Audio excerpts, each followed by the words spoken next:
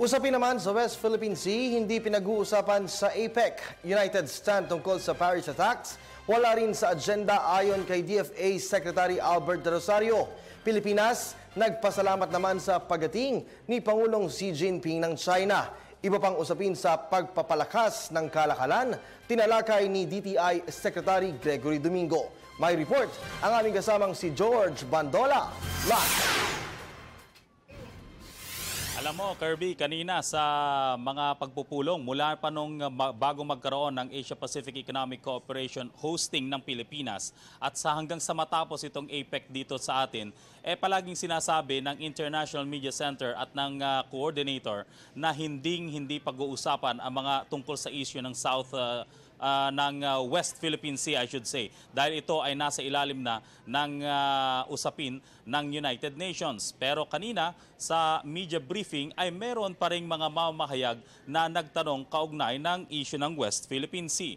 Pero paglilinaw ni Foreign Affairs Secretary Alberto Del Rosario, walang pag-uusap tungkol sa West Philippine Sea at maging ang hinihintay na united stand against terrorism dahil sa nangyaring Paris attack.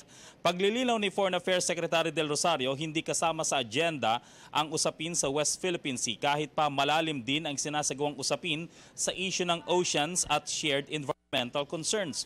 Subalit ipinagpasalamat ng Pilipinas ang pagdating ni Chinese President Xi Jinping anya para lumahok sa taunang APEC Economic Leaders Meeting. Sa kabilang banda, kahit naman nangyari ang pag-atake sa Paris, paglilinaw ni Secretary Del Rosario, may kanya-kanya ng posisyon dito ang mga bansang nakikisimpatya sa pangyayari sa France.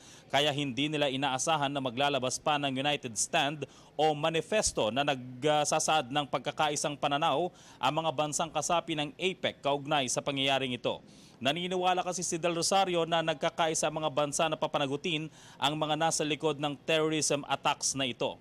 Samantala, kasama niya sa press briefing kanina si Trade Secretary Gregory Domingo. Sa panig naman nito si Secretary Domingo, tiniyak nitong patungo sa pangkalahatang agenda ng pagpapalakas ng partisipasyon ng Pilipinas ang layunin ng mga pinag-uusapan ngayon sa APEC.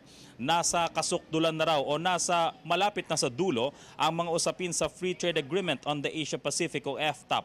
Pagpapaganda ng kalidad ng mga produktong umiikot sa Asia-Pasipiko, pagpapalakas ng small and medium enterprises tungo sa pagiging globally competitive na mga ito at ang pagsisiguro ng supply dahil sa papalakas na merkado. Sa mga oras na ito nga, mga kaibigan, ay nagsasagawa pa rin ng CEO Summit dyan sa Makati, Shangri-La sa lungsod ng Makati bilang bahagi pa rin ng mga pre-leaders meeting na sinasagawa ng pribado at ng pampublikong sektor upang ang mga pulisiya at mga rekomendasyon mapag-uusapan dito ay siyang dadalhin sa mismong APEC Economic Leaders Meeting. Mula po rito sa World Trade Center sa International Media Center, para sa Telebisyon ng Bayan, George Bandola. Maraming salamat sa iyo, George.